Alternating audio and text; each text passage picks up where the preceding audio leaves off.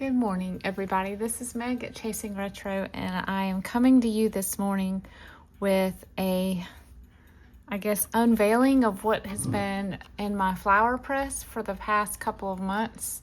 And I have got a little selection next to me of more things that I have snipped out of my yard early this morning to put in their place so that they can dry out and be ready for the next round of additions to a journal that I'm working on with Tamara at Tattered Tammy. I'm going to link her channel. I'm not sure what we're calling our collab, but the hashtag is snip and pluck, ampersand pluck.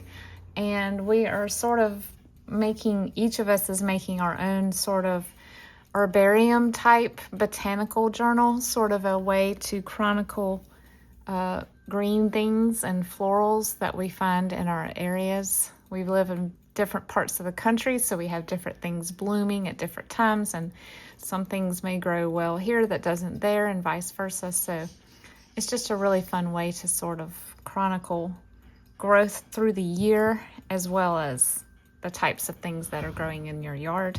I'm in gardening zone 7, so we have 4 seasons, distinct seasons, but we have, I guess, more of an extended warm period, so maybe the things that I find in my yard will be a little different, not sure.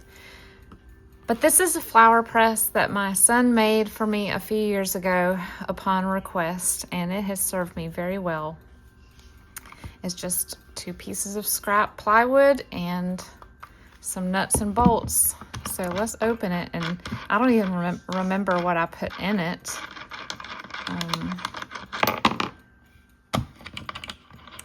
I think I did it in March, early April maybe, when things were just starting to turn green.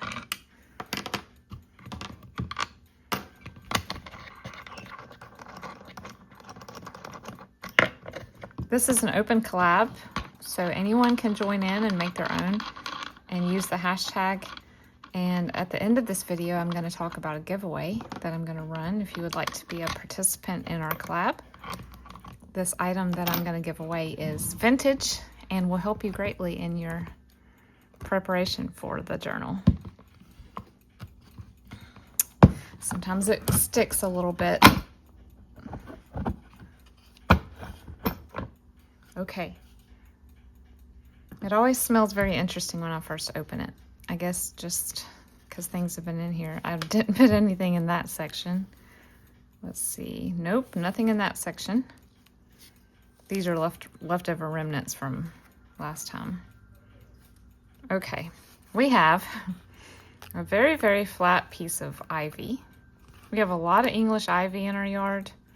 This piece didn't make it. That's okay. Well, I guess it technically did, but I'm going to toss this one.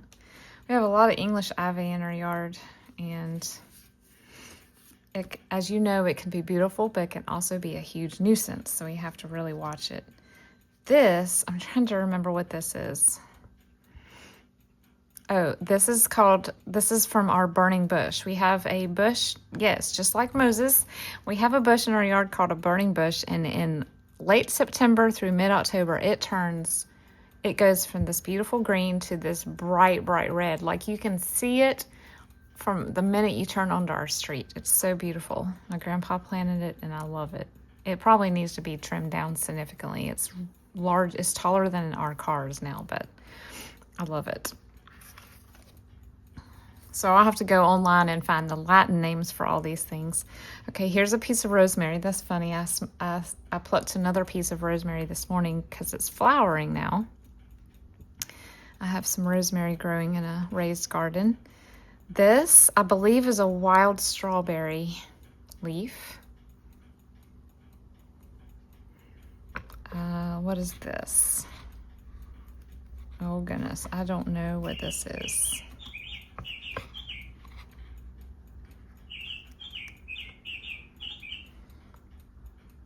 I probably should have put a little label in with these. This one, whatever it is, has darkened quite a bit. It was probably very light green when I put it in here. If I can't remember what it is, I probably will not include it in my journal. I can make a random piece of botanical ephemera, or what do you call those? You know, the slides, the little, the name, just the specimen slides is what I'm trying to say. This, I believe, is a weed. I believe it's one of those little things that grows in the grass that looks like, it does have a name, but it looks almost like ballerina slippers, like the little purple things that come out of the top. And I know there's a name for it. I have a picture of it in my wildflower book. I'll need to look that up. This is where Google image search will probably help immensely, because I can take pictures of this and ask what it is. This is probably a hydrangea leaf. My hydrangeas had just started putting out their large, beautiful leaves, but had not bloomed yet. Sadly, I forgot to go out and get a piece of the hydrangea when it was in full bloom, but I at least have a leaf. This is Nandina, which we have growing on the side of our house. And what is this? This looks like a tree. Oh, no, this is a camellia. I've never seen a camellia leaf that flat. That's why it threw me. Camellia leaves are very thick and waxy and kind of curled. So this is a camellia, which we have dark pink and white camellias all around our house. My grandma liked them because they didn't have a smell. She was very sensitive to floral smells. Okay, so here are our specimens for round 1. And what I'll do is I'll just put another sheet of paper over this and put it in a file folder and store it flat until I have time to make some ephemera for it. So now, let's go through and I think I'm going to flip this. Look, no, look at this. It's on both sides. I did some Queen Anne's lace. Can you tell? A couple of times ago. You can still see the imprint. All right, here is another updated Nandina. It's much darker green this time, so we'll see what happens when we press it. And this, the name just left me. I'll have to look it up. This is one of the annuals that I have on my front porch right now in a pot with some begonias. I cannot remember what this is called. It's not lamb's ear, but it's fuzzy like lamb's ear. The name is just escaping me. I'll put that with that.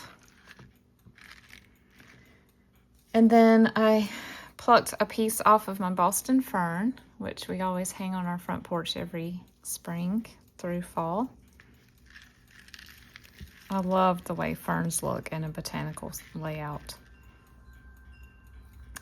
And this is from our tree. We have a tree at the end of our driveway that I'll have to look it up. I cannot, my husband always remembers the name of this tree and I never can.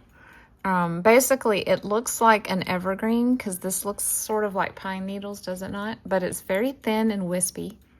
And the needles, it's not an evergreen because every year the needles turn bright orange, like pumpkin orange, and then almost overnight they all fall off.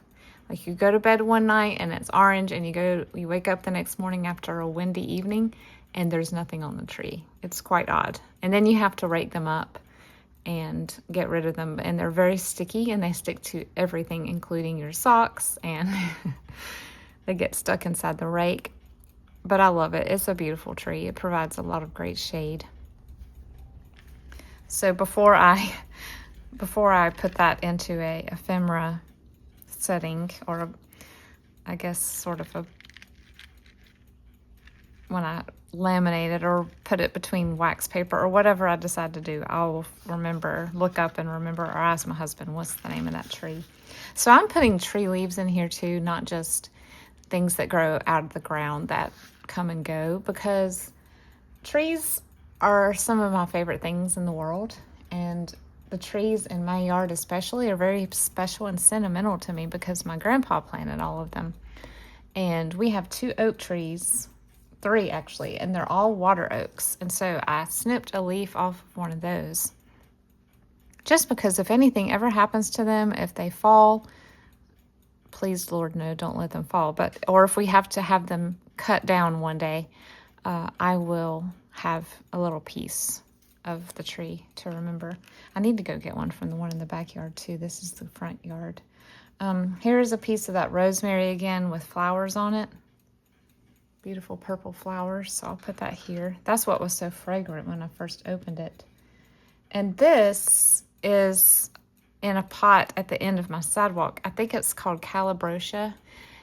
I think it's considered a succulent because it has very bulbous leaves on it, and it does not require much water.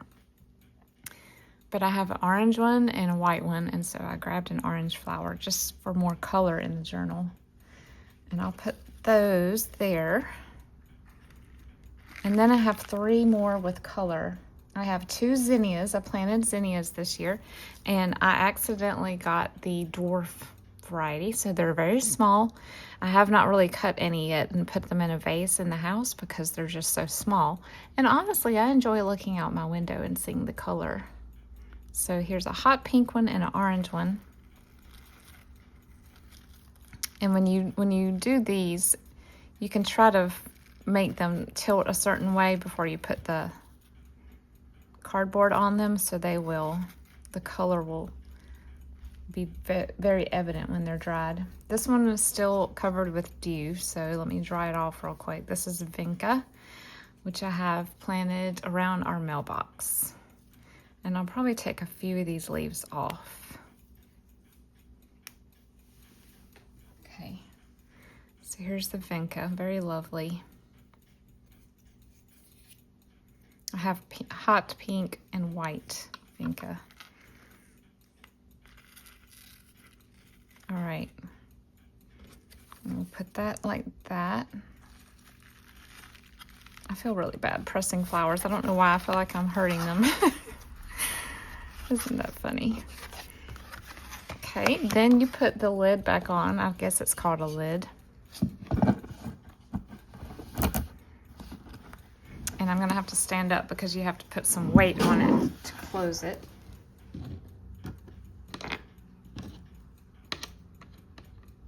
Put the washer and the wing nut back on.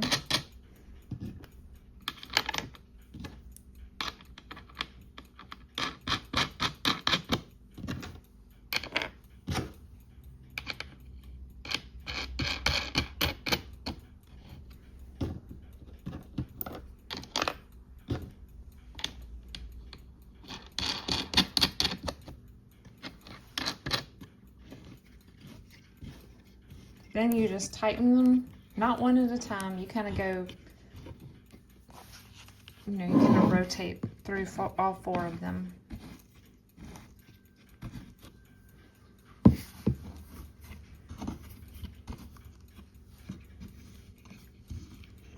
Usually I'll let my husband or son tighten them even more after I have reached my capacity. I just changed the cabin air filter in my car, so my hands are already kind of tired. That was not hard to do, but definitely sort of contortionist. I had to lay down on the floorboard of the passenger side. I don't know if y'all have ever done that before.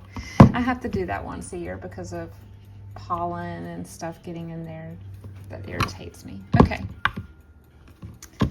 so it's pretty well sealed. And I just leave this. You don't have to put it anywhere special. You don't have to put it in a dark place or whatever. I leave it for a couple of months, maybe because it's almost middle of September. Maybe I'll just do 1.5 months because I want to have time to finish the journal. But I'll leave it and then we'll open it again on camera and see what they look like. So for the giveaway, I have a vintage, possibly very likely handmade flower press that I would like to give away to one of you. I found this at my thrift shop and I was just flabbergasted that I walked up on this thing after Tammy and I had been talking about this collaboration, and I didn't need another one. I really love the one that my son made me, even though it's boring and unadorned. Maybe I can do something like this to mine, I don't know. But I just think this is so cute. Someone has put a picture of roses and pansies and then put this little braided cord, and it's a beautiful country blue. It already has the cardboard in there. Now I will say using corrugated cardboard is okay for substantiability and heft, you know, so you won't have such a thin flower press. However, it can leave striations on your leaves. The little segments within the board, even though there's a flat piece you're putting against your flowers, you'll still be able to see some lines. So if you do win this, I suggest putting some thin chipboard, like cereal boxes, pieces in between this and your florals, if you want those lines to not be evident. That's my only little piece of advice for this. But let's see, how can we do this giveaway? How about we say, please comment, because I'm retro and I love talking about things that are happy memories. Why don't we comment your favorite memory surrounding a flower, plant, or tree? And everybody can leave one comment per person, please. And I will close this giveaway. Let's see, today is Wednesday, the 10th. I will close it on the 20th. So that's 10 days from now. That gives everybody plenty of time to enter. And as soon as I choose a winner randomly, I will mail it right out to the winner so that they can start collecting fauna and flora for their botanical journals if they so wish to do that. You can also draw rose petals in these guys. So those of you who like to have crushed rose petals in your handmade paper and stuff like that, these are great for that as well. The only rules that I have is I would love it if you'd be subscribed, but I don't really check for that, just an honor system. And if you would like to share it, that would be awesome. I'm not going to do an extra entry for that though this time, just because I have trouble keeping up with all of the counting when I do extra things like that. We'll just do one comment per person. And if you'd like to share it, that'd be great, but you don't have to. All right, thank you for watching, you guys, and please head over to Tammy's channel. I'm going to link her first video where she talks about this collab that we're doing, and you can get a better idea. She is just brilliant. I cannot wait to see what she comes up with. She does amazing things with ephemera of all kinds, so I'm excited to see what she does with these journals. See you next time, guys. Bye-bye.